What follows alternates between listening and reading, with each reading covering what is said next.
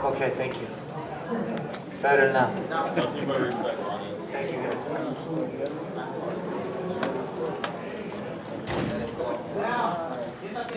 Honest, you want to take us through? I hate to ask, but. No, I was prepared for a different Gennady. He showed up different. I think I thought he was going to put more pressure and come forward a lot. He actually showed a little bit of boxing skills today. He surprised me. The ring rust had a lot to do with it. I've been off for 2 years. But man, what a hell of a fighter he is, man. He is really good, and he has a really good team, and I respect him. Kevin? Honest, you landed a few good shots on there, a couple in the first round, and then right before the knockout, you had a pretty good combination. Even though the fight ended early, do you feel like, given what you were able to land, that you maybe did, acquitted yourself by connecting with some good punches on him? They just told me that, I'm the hardest puncher that landed a punch. He felt it. In defeat, you got, as fighters, we fight. It's just one-on-one. It's not like a basketball team. You get an off day, you could substitute another player. It just isn't my night, and man, Gennady's a hell of a puncher. Every punch was the same power, and that surprised me. But what surprised me the most was I thought he would come more forward, pump the jab, and I was waiting for something else, and he showed up a completely different fighter.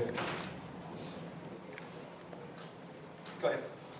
Vanes, you've been inactive for 2 years. Your last fight was in May of 2016. Do you believe if you had been active would have been a different outcome to this fight? I think so.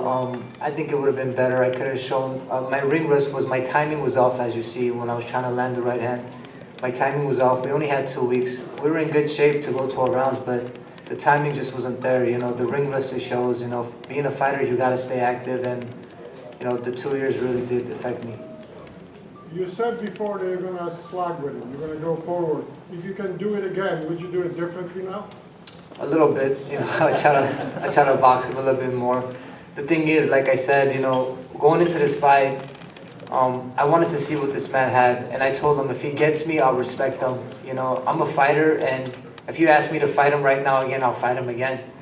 It's not about winning or losing. I'm a fighter, and I was born a fighter, and I just want to keep fighting. But he did surprise me a lot. His power. I wanted to see what he had, and like I said, I would give him props if he gets me, and he got me. And Gennady's a hell of a fighter, and he has a really good team from from his promoter to his coaches.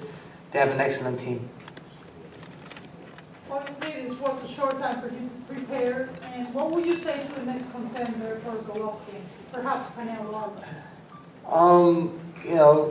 Canelo has a lot to prove. I see why he's eating that kind of meat. Because I see why he's trying to get the extra edge. The man is the real deal. I mean, 36 years old and he's still fighting like that. He is the real deal. I mean, I've faced a lot of fighters in the gym. I've actually sparred with heavyweights, cruiserweights. Every single power he landed, every single shot was the same power, and that kind of got me. And then he is, like my coach had a different game plan. He wanted me to box more and move to the right. But just the fighter in me, I just wanted to see what the guy had. I went inside to brawl with the guy, and he got me good for him. So what would you say to Canelo in that case? Just, run. Run. How good is Golovkin in comparison to all those other top-level fighters who fought? If you see, what surprised me honestly is people say the last 2 fights when he fought Danny and then when he fought Canelo, people were saying he's declining, and I said the guy still has the O on his record, so why would he be declining? As long as he doesn't have a loss on his record, he's not declining. Just because styles make fights, Danny came into the fight. I feel like those guys that came into the fight, like Canelo and Danny, I feel like they came to go 12 rounds. They didn't come to really win the fight. They just wanted to go 12 rounds to show the world they can go 12 rounds. Danny actually did a really good job. Canelo ran from Gennady. I think if Canelo stayed in front of Gennady, he would get knocked out cold. Gennady, like I said, I congratulated him. He told me, his team are telling me that he says that, I'm one of the hardest punches he's faced. And that guy hits like a train, and every single punch is like a train. I mean, you can't stop the guy. He's a machine, and he's really good. Edmund, did you evaluate Gennady the same way that Vanes did? I mean, is he better than you thought he was? Yeah, definitely. Gennady has an amazing jab, and I was surprised today. Vanes did good. In the first round, he was staying away from the jab, and Gennady came in there aggressive, trying to take Vanes out, which was pretty smart. Wanted to engage with him because he's the bigger guy in here. He's fought a lot of bigger men than Vanes. Vanes is a 54-pounder. So, I give Vanes a lot of credit. He should keep his head up.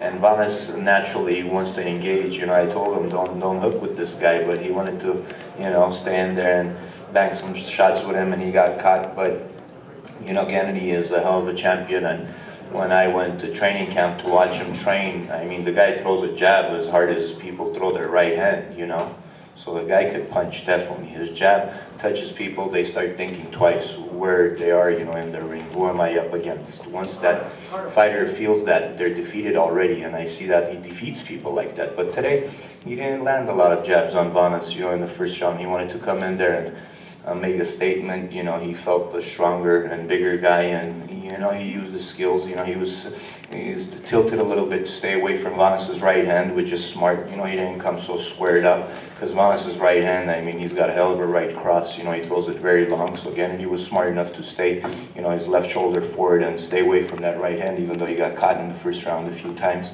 and felt the shot. But it went his way. I think he's the bigger guy, and Vanes will be a hell of a champion at 154 if he learns from this. And when you said, Edmund, just to follow up on that one thing, when you said he said your plan was for Vanes to move a lot more. Had Vanes fought more like Canelo did, with the fact that he has such length, do you think it would have created a different, type of fight? Well, we needed time to do that. I can't make a person that loves to fight and wants to. Vanes was telling me in camp, I want to see how hard he hits. I was like, the guy hits hard. I've been there in camp, I know he hits hard. I've seen him spar, people spar with a chest protector with him, that there's a reason for that. The guy punches people in the arms and they can't spar the next sparring session with him. They have to, Abel has to get 3 sparring partners instead of 1. There's a reason for that. So, but, as a fighter, he wanted to engage in there, and he did. He wanted to show with a short amount of time, preparing, he could still show his courage and heart, maybe people will give him the credit and he could be back on HBO, and he did that. I think Vanes showed his heart today. I believe that he should keep his head up, and he did great. But of course I would want him to box and move, and for us to have a chance, to get a decision, for him to catch him in the later rounds, drop him, see if Gennady is 36 years old and does slow down within the rounds. I wanted him to move. I said, don't get too excited. You caught him in the first round. Move and box, a little bit. Use your legs. Vanes got great legs, but, he's Armenian and hot-blooded, and I think when he gets hit, he wants to bang it out. So that's what happened. All right, we're going to let Vanes go. We have Cecilia coming in a second. Before you go, I just wanted to say a few words, because I appreciate everything that you said. You spoke from the heart, and so did Edmund. And I really have to commend Edmund and Vanes. We were under the gun when we were on a very short time frame, and Don King called me, and there was no hesitation. He said Vanes wanted to fight. I have a relationship with Edmund from before, and I texted him. He said, yeah, Vanes is ready to go. He's been training. He was the favorite to beat Soleski, who just fought Danny Jacobs last week. So he had been in training camp. He had a couple fights fall out. Vanes was very hungry, and Gennady has more respect for the way Vanes fought, because he really fought. As Edmund hit it right on the head, there's a way, to fight, and there's a way to survive. And we felt the last 2 opponents for Triple G, who went 12 rounds, really fought to survive. Very safety first. And, Gennady respects what Vanes did in the ring. Vanes came out to fight, hit Gennady a few times in the first round, and, he made it a fight. He made it an entertaining fight.